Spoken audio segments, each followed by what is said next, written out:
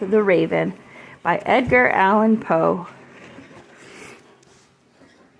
Once upon a midnight dreary, while I pondered weak and weary over many a quaint and curious volume of forgotten lore, while I nodded, nearly napping, suddenly there came a tapping, as of someone gently rapping at my chamber door. "'Tis some visitor," I muttered, tapping at my chamber door. "Only this, and nothing more." Ah, distinctly I remember, it was in the bleak December, and each separate dying ember wrought its ghost upon the floor. Eagerly I wished the morrow, vainly I had sought to borrow from my books surcease of sorrow, sorrow for the lost Lenore, for the rare and radiant maiden whom the angels named Lenore, nameless here for evermore. And the silken, sad, uncertain rustling of each purple curtain thrilled me, filled me with fantastic terrors never felt before. So that now, to still the beating of my heart, I stood repeating, "'Tis some visitor entreating entrance at my chamber door, some late visitor entreating entrance at my chamber door. This it is, and nothing more."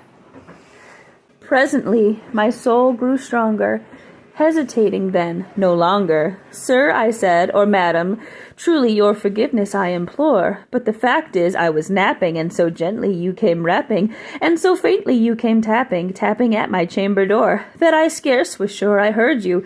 Here I opened wide the door. Darkness there, and nothing more." Deep into the darkness peering, long I stood there wondering, fearing, doubting, dreaming dreams no mortals ever dared to dream before. But the silence was unbroken, and the stillness gave no token, and the only word there spoken was the whispered word, "Lenore." This I whispered, and an echo murmured back the word, "Lenore." Merely this, and nothing more.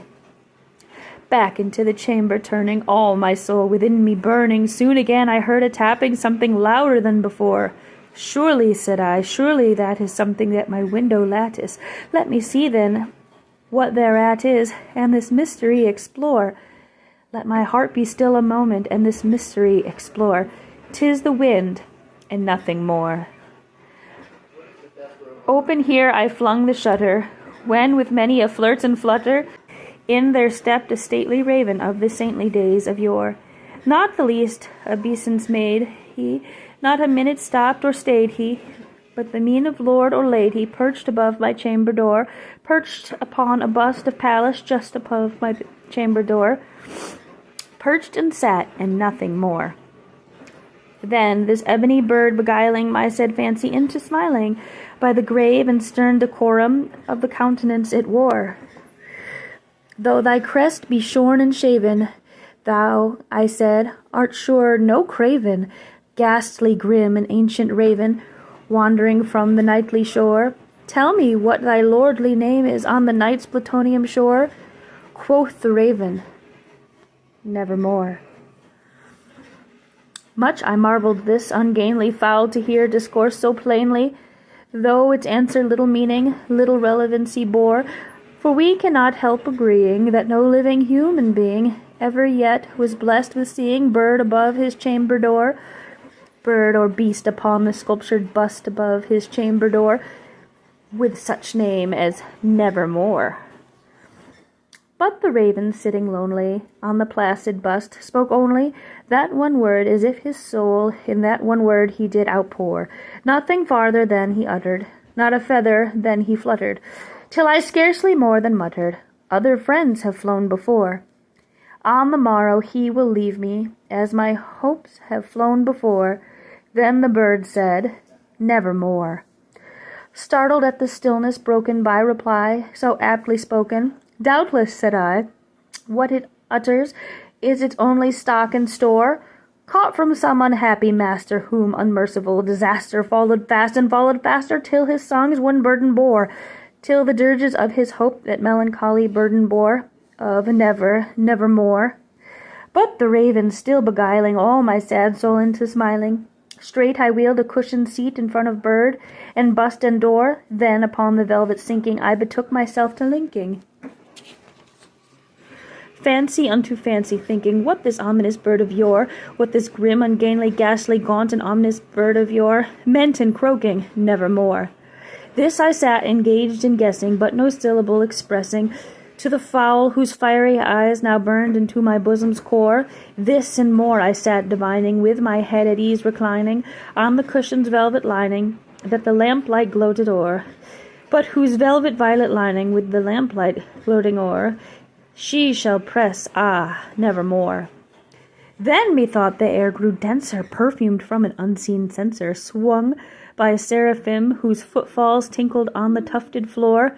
Wretch, I cried, thy God hath lent thee, by these angels he hath sent thee, respite, and nepenthe from thy memories of Lenore. Quaff, oh quaff this kind nepenthe, and forget this lost Lenore.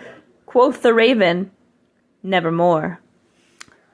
Prophet, said I, thing of evil, prophet still, if bird or devil, whether tempter sent or whether tempest tossed thee here ashore, desolate y'all, undaunted, on this desert land enchanted, on this home by horror haunted, tell me truly, I implore, is there balm in Gilead? Tell me, I implore. Quoth the raven, nevermore. Prophet, said I, thing of evil, prophet still, if bird or devil, by that heaven that bends above us, by that God we both adore, tell this soul with sorrow laden, if within the distant Aden it shall clasp a sainted maiden, whom the angels named Lenore, clasp a rare and radiant maiden, whom the angels named Lenore. Quoth the raven, nevermore. Be that word our sign of parting, bird or fiend, I shrieked upstarting. Get thee back into the tempest and the night's plutonium shore. Leave no black plume as a token of that lie thy soul hath spoken. Leave thy loneliness unbroken. Quit the bust above my door. Take thy beak from out my heart, and take thy form from off my door. Quoth the raven, nevermore. And the raven, never flitting, still is sitting on the pallid bust of Pallas just above my chamber door, and his eyes of all the seeming of a demon's that is dreaming, and the lamplight o'er him streaming throws his shadow on the floor, and my soul from out that shadow that lies floating on the floor shall be lifted nevermore.